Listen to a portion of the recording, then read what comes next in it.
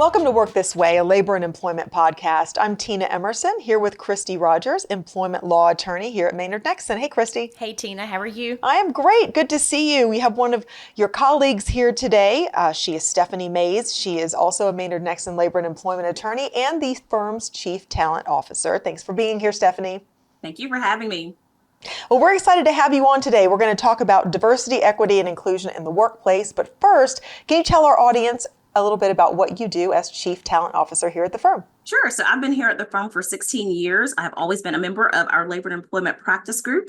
In January of 2020, I also transitioned into the role of serving as our firm's Chief Talent Officer. So I get the opportunity to help onboard and train our associates. And I also get to work closely with our Diversity, Equity, and Inclusion Committee on our internal DE&I initiatives.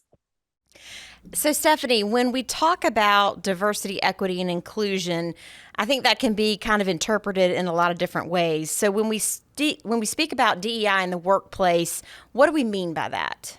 Sure. So DE&I in the workplace is all about valuing and welcoming differences. It's about providing equal access to support and opportunities. It's being sure that we're providing a safe and welcoming place for all of our employees. I read a quote recently that said, diversity does not look like anyone. It looks like everyone. And so I think that when we think about diversity in our workplaces, we really have to think about focusing on inclusive diversity. And I invite everyone, after you listen to this podcast, of course, to continue that conversation about how you as employers are defining diversity in your specific workplaces and how we can continue to lawfully elevate equity and elevate inclusion in our workplaces.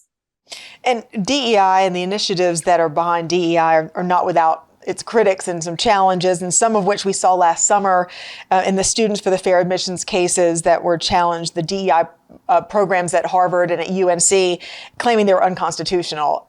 Tell us about those cases and why the Supreme Court took issue with that in terms of DEI efforts at Harvard and UNC. So UNC and Harvard had admissions programs where they were using race as a plus factor in their college admissions process. So they took race as a factor that they were using, just like they were reviewing other factors. So legacy admission, athletic status, financial eligibility, but they were also reviewing race and using that as a plus factor. Both schools had programs that were structured in a way that were consistent with 45 years of prior Supreme Court precedent. That allowed for race to be considered in college admissions to the benefit of diversifying the student bodies, as long as race was among other factors that were being considered. So the plaintiffs in this UNC Harvard case were Students for Fair Admissions, which is a nonprofit organization and a legal advocacy group who believed that using race classifications in the college admissions process was unlawful. And so they brought litigation against Harvard, and they challenged Harvard's admissions process on the basis of Title VI of the Civil Rights Act, which prohibits organizations that receive federal funding from discriminating on the basis of race. And they challenged UNC's admissions process on the basis of the Equal Protection Clause under the 14th Amendment. And the Supreme Court ultimately ruled that race-based college admissions were unlawful. What they said was that UNC and Harvard could not establish sufficiently compelling rationales for incorporating a racial preference into their college admissions process. Some of the reasons that the court articulated were that the Constitution is blind. They said that using race as a plus factor for one group, one racial group, inevitably meant using race as a negative factor for another group. Another rationale that they relied on was that they viewed these race-based admissions programs as being stereotypical. They said that it included the assumption that students of one race thought alike because they were a part of that racial group, or that it's assumed that they thought differently from students who were in the majority. It's important to note that the majority did not say that colleges and universities could not consider race at all. And so they did provide language that provides a path forward for how to consider race, but just cannot consider race as a plus factor in the way that it was being used before. So obviously, Stephanie, this case has created some concern for employers, right? And it's caused, I think, probably some questions about whether these employers could or maybe even should continue with DEI efforts in the workplace. So, in light of this opinion and maybe even some other state legislation, talk to us a little bit about how organizations should approach their DEI initiatives to ensure effectiveness and legal compliance. Sure. So we talked a little bit about what the case said. I think it's just as important to highlight what it didn't say. The case did not expand to private employers. For many of the folks who are likely listening to this podcast, know that Title VII of the Civil Rights Act of 1964 applies to private employers and prohibits discrimination based on race and gender, national origin, religion, and other protected characteristics. And the case did not expand to private employers. As we discussed, it was based on Title VI and the Equal Protection Clause. And so while it's been against the law to discriminate based on race and under Title VII, that does not mean that I think it's very clear that diversity does not mean discrimination, right? Because we've had private employers who've been engaging in DE&I efforts and DE&I initiatives. And so to the extent employers have been engaging in that work, obviously now's the time to evaluate those, but under Title VII. The court did not say that DE&I work is bad or that it's illegal or that it's unimportant. Nothing instructs employers to stop engaging in this work. But as you mentioned, there has been an increased focus on it. When the opinion came out, there was lots of media attention.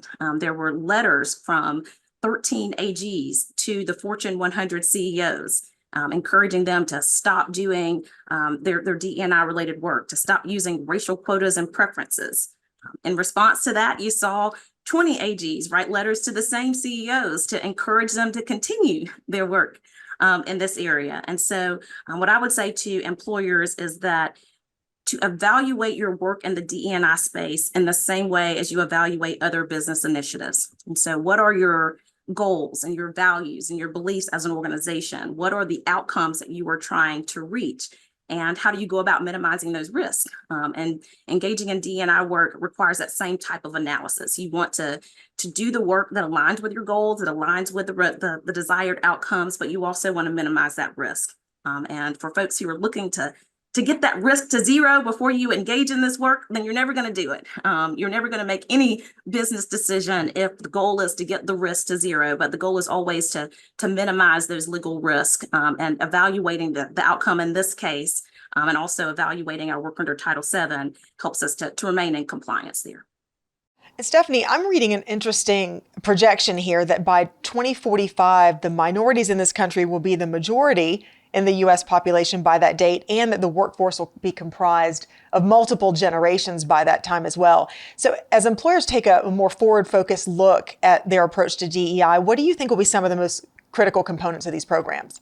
I think it's going to be critical that employers keep these programs active and that we keep them top of mind. This topic is going to continue to be relevant and important in our workplaces. As social media often reminds us, time flies, right? I read recently that somebody said that we went from January to December in 5 minutes. And I was like, I can feel this. This feels so true. And when you say that by 2045, minorities will be the majority, we're going to blink and it's going to be 2045. And it's going to be too late to then start engaging in these efforts and to start diversifying your workforce. I read here that nearly 20% of job seekers say that diversity in their workforce is important. And that's in 2024. So I think it's critical for employers to be clear about the values and the goals of their organizations and ensure that their DE&I efforts are aligned there. And I think it'd be a critical mistake to not engage in DE&I efforts in the workplace. We talked about analyzing the risk of engaging, but I think that given these statistics, given that by 2045, minorities will be the majority, given that 70% of job seekers are elevating diversity and importance and what they're looking for in the workplace, it's a risk to not engage in these efforts. So Stephanie, when you talk about like the effective components of a DEI program, I mean, we're sort of talking generally. Can you give our listeners any insight about components that you think are really critical if this is a company that either doesn't have a DEI program in place and they're looking to maybe get started, or a company that does have a program in place but they need to maybe reevaluate how that program is working? Are they really seeing the benefits they had hoped to? Can you give some suggestions and some advice about some of the components of an effective DEI program? Sure. So our firm has been helping employers to evaluate their DE&I programs and initiatives, language that's on their outward-facing websites and documents. I would say one of the things that we're seeing that's really effective here post Harvard UNC Supreme Court decision is that employers are evaluating their internship programs. They're evaluating where they are recruiting. They're evaluating their supplier diversity programs to ensure that their efforts in those regards are helping them to meet their desired outcomes. So when I said that the Supreme Court didn't say that you couldn't consider race, it did. What the court said in that UNC case was that the colleges and universities can consider how an applicant's race has affected their life and how it's affected their unique ability to provide a contribution to the university. Applicants can talk about challenges that they've overcome, skills that they've built over the course of their careers, but over the course of their educational journeys. And so what we're seeing employers do is to look at the programs that they have in place or that they're building to ensure that they're focused on those characteristics, that they're focused on helping folks who might need help or who can articulate how they have learned lessons or overcome challenges, and to pair those folks with the programs that are being offered by those particular employers. And Stephanie, when you work with a lot of associates at our firm, you work with a lot of younger folks coming in. Do you find that younger generations have different expectations on what DEI initiatives should be, what they should look like, how effective they should be? DEI initiatives are nothing new, but not all companies have them, and not all of them are ingrained into their DNA. Mm-hmm. So what is your advice to some of the companies that you work with that are looking to recruit young talent? And this is a group that is absolutely expecting DEI components to be part of their employment experience. I would say that it is of utmost importance because this next generation of employees are asking us, what are we doing as it relates to DE&I in our workplaces? It is certainly a topic and an issue that the next generation of employees is elevated in importance. There are about 5 generations of employees in the workplace, and the newer generations, younger generations entering the workplace certainly value diversity. And a specific example of that is we have an intern program and clerkship program at our firm during the summers. And inevitably, we get questions from our interns and from our clerks about how we are going about diversifying our leadership. What does the path to partnership look like as a female attorney?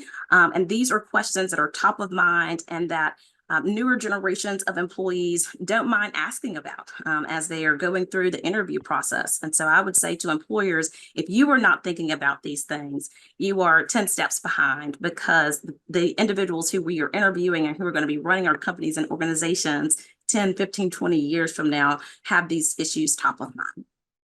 So, Stephanie, one of the other things that I see that I think a lot of big employers are doing is they have the formation of these, what they call employee resource groups or employee business groups, that sort of thing. How do you feel like those groups sort of dovetail in or can help a company to sort of reach their DEI, initiatives? Sure. So we see lots of employers have affinity groups or employee resource groups, as you mentioned.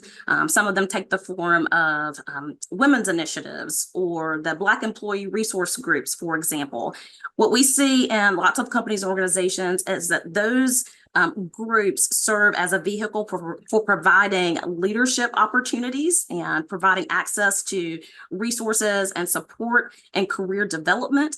They also provide support in terms of internal programming. So we see more and more employers recognizing and celebrating Heritage Months, for example. And so we see these affinity groups and employee resource groups taking the lead or having some role in providing support for those initiatives.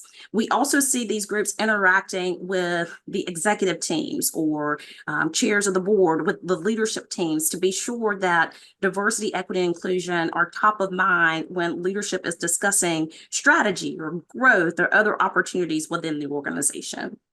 Well, thank you very much, Stephanie. We are out of time for today, but thanks for taking the time out of your important day to talk about DEI with us. This is a topic that's, I think, important for not only for our firm, but for companies across the country. Thank you, Christy, for being here and being my co-host today. Appreciate it. We will see you all next time on Work This Way.